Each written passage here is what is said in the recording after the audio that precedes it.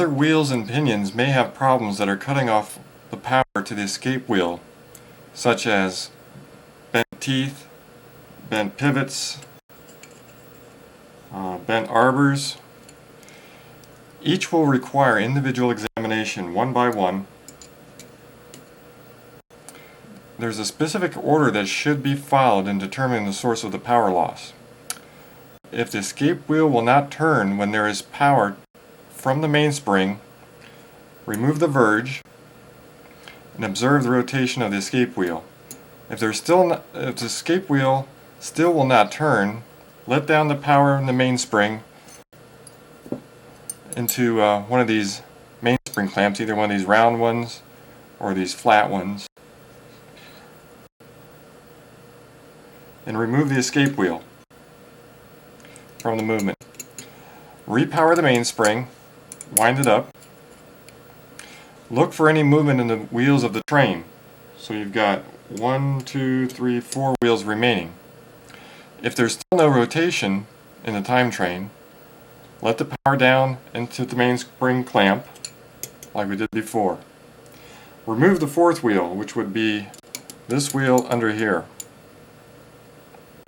or whatever the wheel is that's driving the escape wheel. At this point, you will have removed two wheels, the escape wheel and the wheel that drives it. Now wind the mainspring again. If there's still no movement, you've eliminated the possible source as being the escape wheel or the wheel that powers it. Let down the power again into a mainspring clamp and remove the next wheel in the train, which is usually the third wheel right here on this train, on this particular movement. When you put some power back to the mainspring and the wheel starts to turn, this will indicate that the problem is with the third wheel. There is a problem with the third wheel either receiving power from the second wheel or transferring power to the third wheel from the second wheel. Now we may observe that the great wheel and the second wheel are functioning okay, but fail to function at the third wheel. A bent arbor, bent pivot, or tooth could be the problem with the third wheel.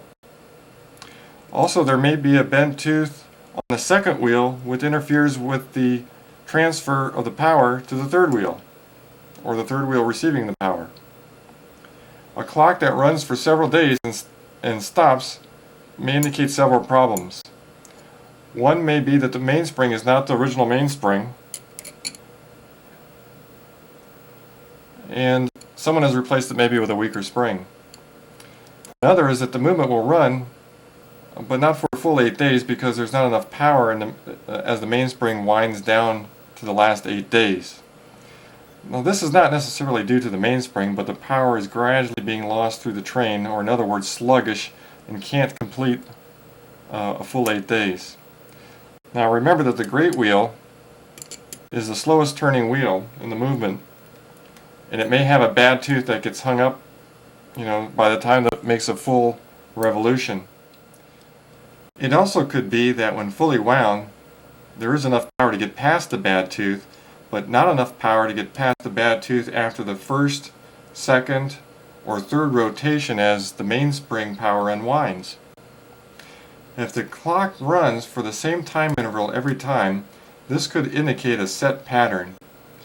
The usual cause is a gear tooth that is obstructing the movement on a given wheel in the time train.